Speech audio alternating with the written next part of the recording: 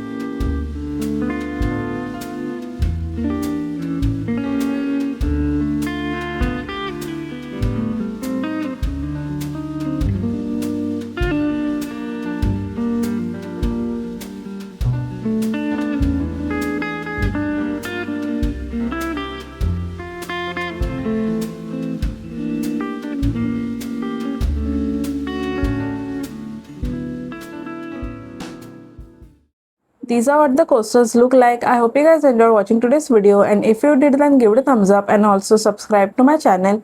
If you want to watch more such DIY videos, then do let me know in the comment section, and I will see you guys in the next video. Bye.